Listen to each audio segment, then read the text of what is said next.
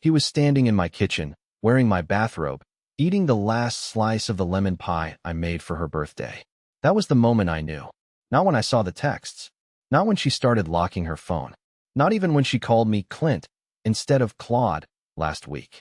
It was this guy, wearing my robe, in my kitchen, eating my pie, while my wife hummed some song in the shower like this was just another sunny morning. I stood there in the doorway, grocery bags in hand, still holding on to some stupid hope that this was all a misunderstanding.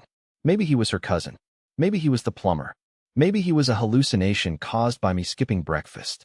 But then he waved at me. Not a nervous wave. Not an apologetic one. A lazy, casual, "Dude, you got any coffee?" kind of wave.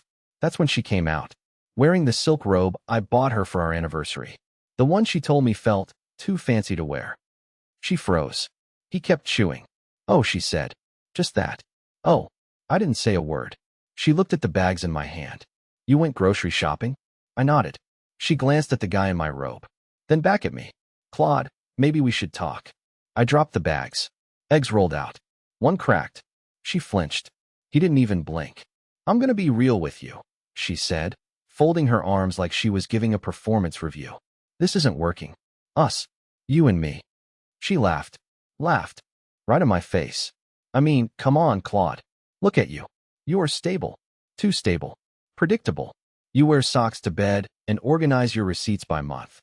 She turned to him. "Clint is exciting. He doesn't overthink everything. He doesn't ask me where I'm going. He just is." I turned to leave. "Wait, you're just gonna walk out?" she asked, sounding almost offended. I didn't respond. Just grabbed my keys. Behind me, she chuckled and muttered, "God, you're so passive." I paused at the door, looked over my shoulder. She smiled at Clint. He winked. I walked out without slamming the door. No drama. No final speech. That was 3 days ago.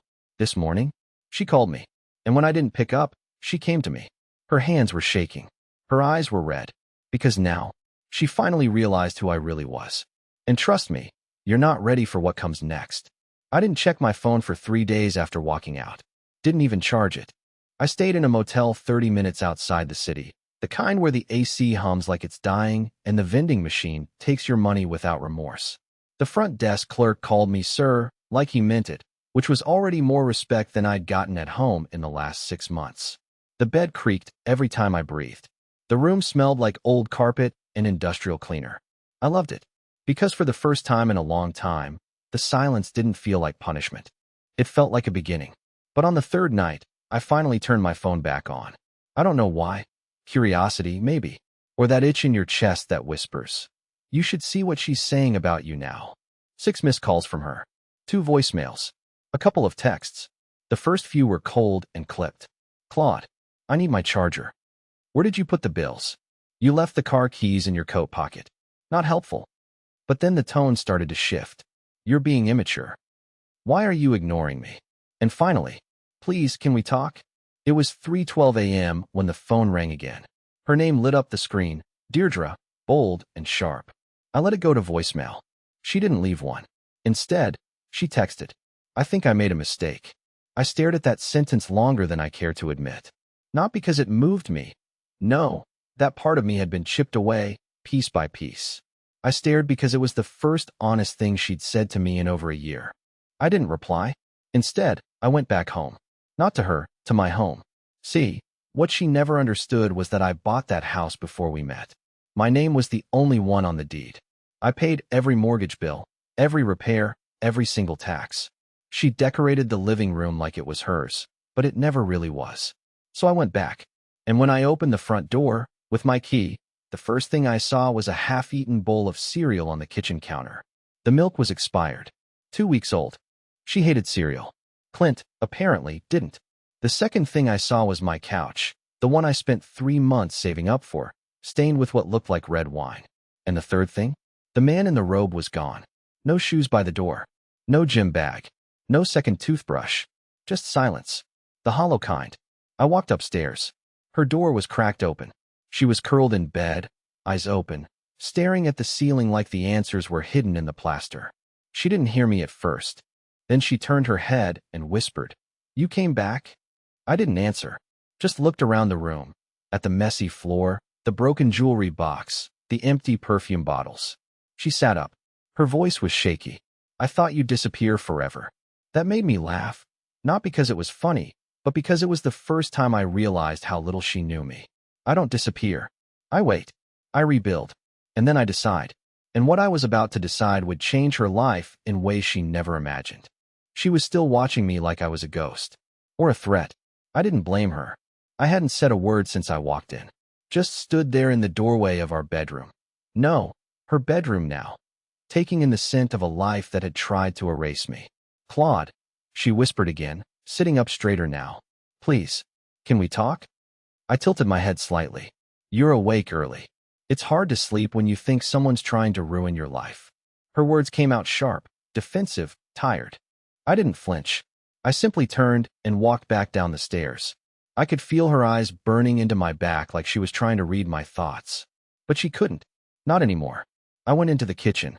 Everything was still a mess. The sink was full of crusted dishes. The trash was overflowing. The lemon pie tin was still there, empty, taunting me. I cleaned it all in silence. Washed every dish. Wiped every counter. Took out the trash and even sprayed the sink with the lemon-scented cleaner she always said gave her migraines. Funny. It didn't bother Clint, apparently. At 4 a.m., I made breakfast. Not just toast or eggs. No, I went all out.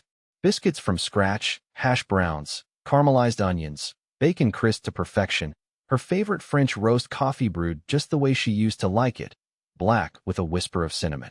I set it all on the table like I was hosting a guest. She came down slowly, cautiously.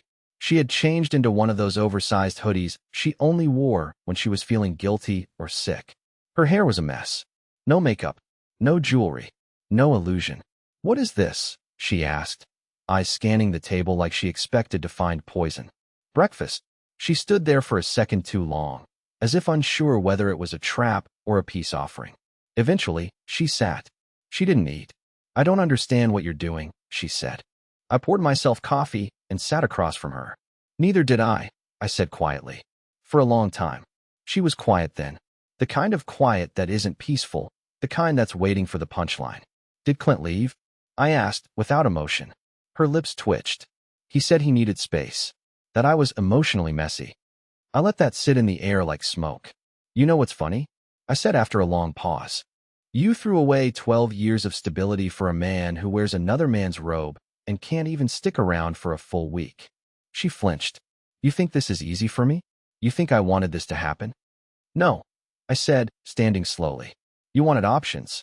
Her voice cracked. I thought you'd fight for me, Claude. And there it was. The most insulting thing she'd said since this all started. I leaned down, met her eyes, and smiled. Not warmly, not cruelly, just plainly. You can't light a match, drop it on the floor, then cry about the fire. You don't get to burn down a man and ask why he's not warm anymore. Her lip trembled, but I didn't wait for her response.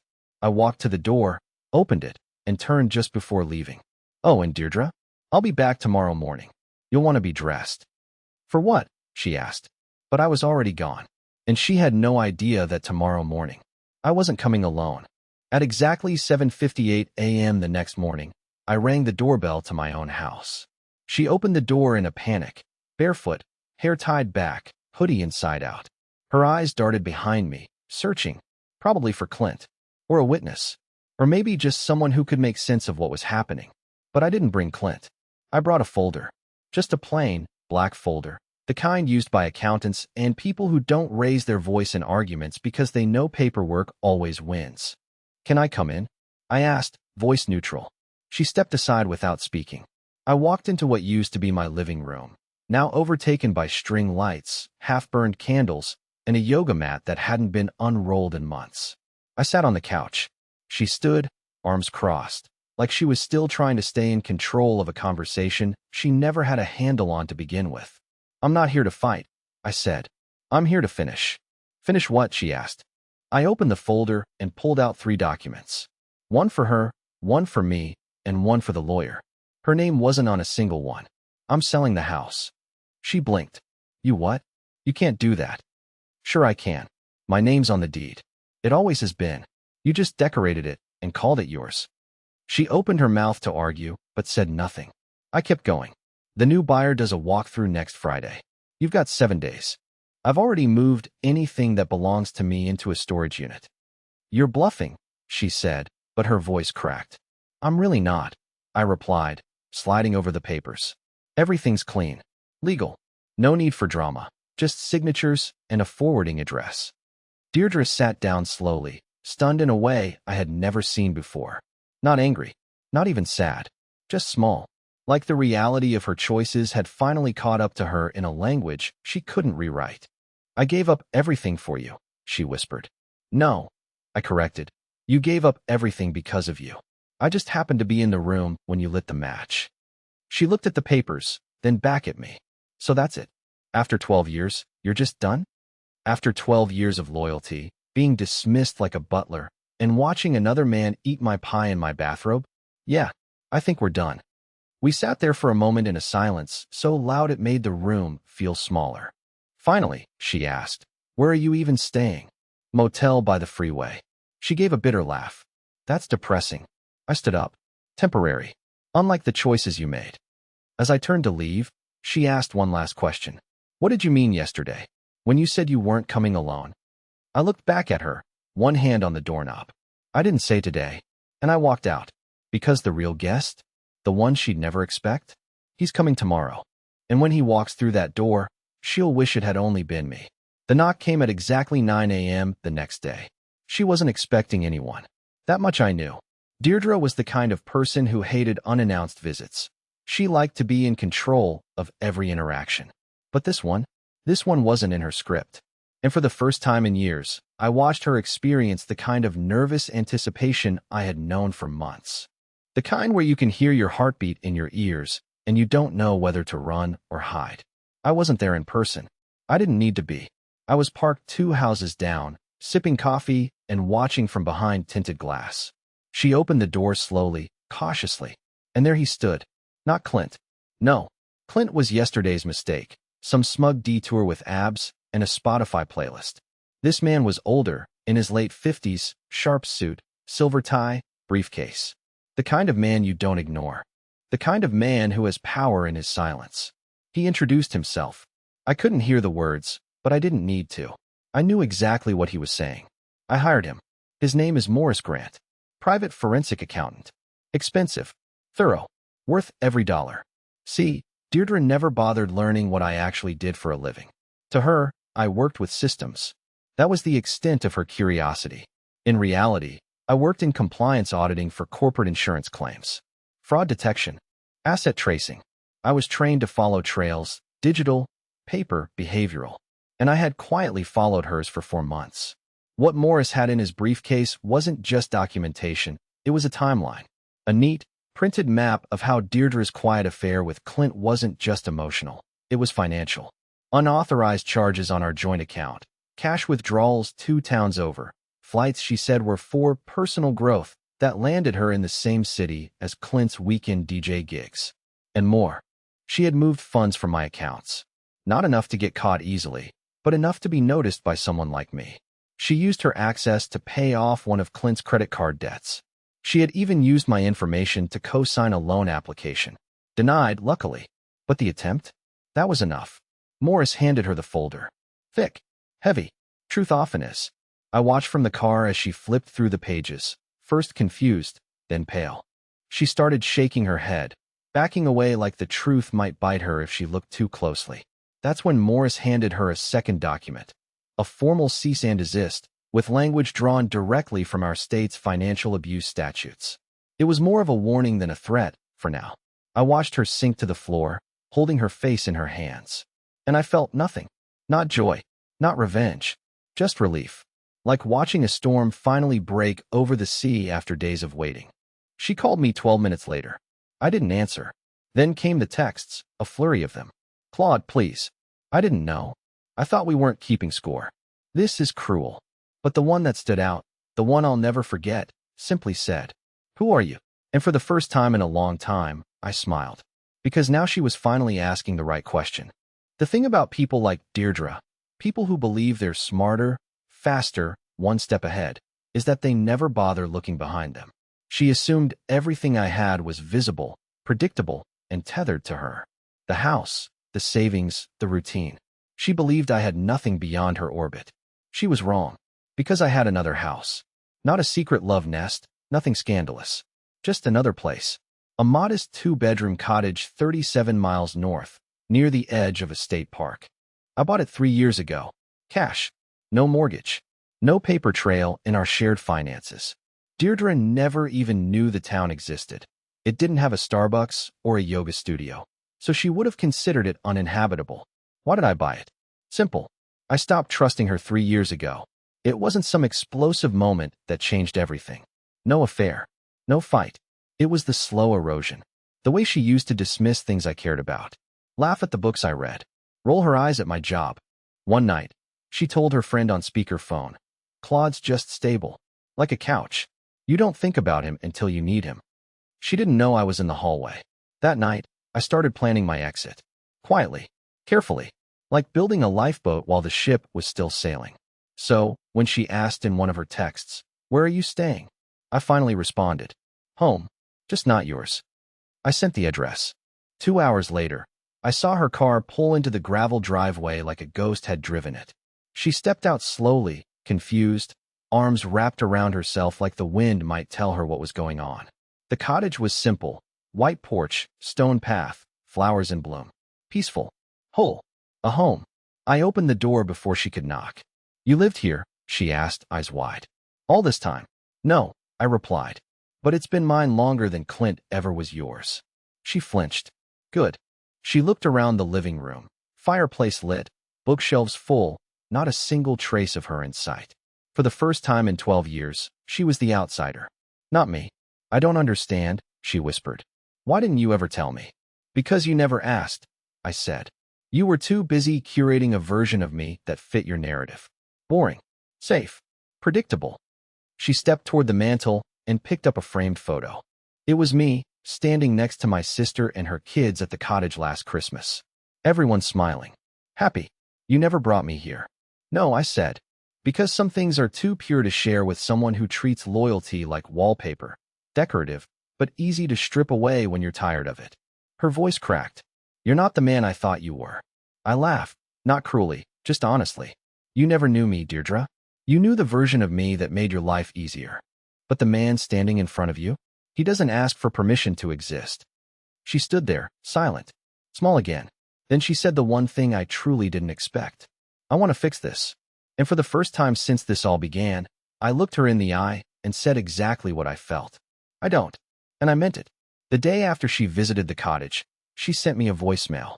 Not a text, not a long call, just a single, breathy voice message at 5:41 a.m. "I told my mom," she said quietly. "About everything." She cried. She said she doesn't even recognize me anymore. I played it 3 times. Not because I enjoyed it, but because it confirmed what I already suspected. Deirdre was no longer trying to win me back. She was trying to convince herself she hadn't destroyed the one thing that loved her without condition. And now she wanted help undoing what could never be unbroken. Let me explain something most people don't realize about women like Deirdre. And yes, I said women like her, because I've studied her in silence for years. They don't fear loneliness. They fear irrelevance. They fear the silence after the applause fades.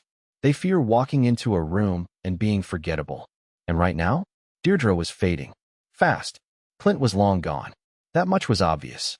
One of my former colleagues, an off-the-books IT guy I'd worked with during a compliance sweep in Denver, had quietly sent me Clint's recent social media trail. His profile picture was now with another woman. Younger. Different city. No mention of Deirdre. Like she was a layover he didn't even bother documenting. And now, after the forensic folder, the pending house sale, the total silence from me, she realized she wasn't just abandoned. She was erased. So she called her mother. What Deirdre didn't know, couldn't have known, is that her mother and I still spoke. We hadn't talked much in recent years, sure. But during the early years of our marriage, she adored me. Said I was the only real man Deirdre ever knew. And after everything exploded, I got a voicemail from her too. A long one. Rambling. Emotional. But in the middle of it, she said something that froze me. She lied to me, Claude. She lied to all of us. She told me you were distant. That you were cold. That you stopped trying. Stop trying? I was the one who bought her a birthday cake when she forgot it was her own birthday. I was the one who fixed her brother's car when he didn't have money. I was the one who held her when she cried over a job she hated but refused to leave. I didn't stop trying. I just stopped begging. Deirdre texted again later that evening. Can you just meet me? One last time. In person. Not at the house. Not at your new place. Neutral ground. I didn't answer right away. I sat with it. Let it hang in the air. But then, I said yes. Because the final conversation she thought she wanted would be nothing like the one she'd get. And this time, I was the one writing the ending. We met at a park bench. Not by design. She suggested a cafe, but I offered something simpler.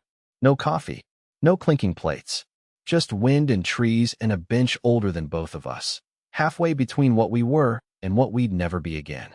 She was already sitting when I arrived, staring at the pond like it might speak first. When she saw me, she stood, then awkwardly sat back down. I took the seat beside her, leaving a respectful gap. For a moment, we said nothing.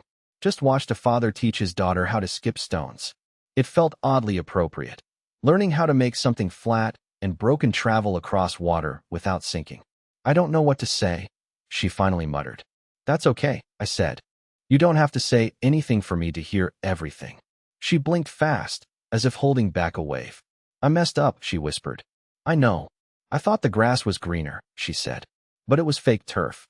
And you were the soil. It was the strangest compliment I'd ever received, but also the most honest.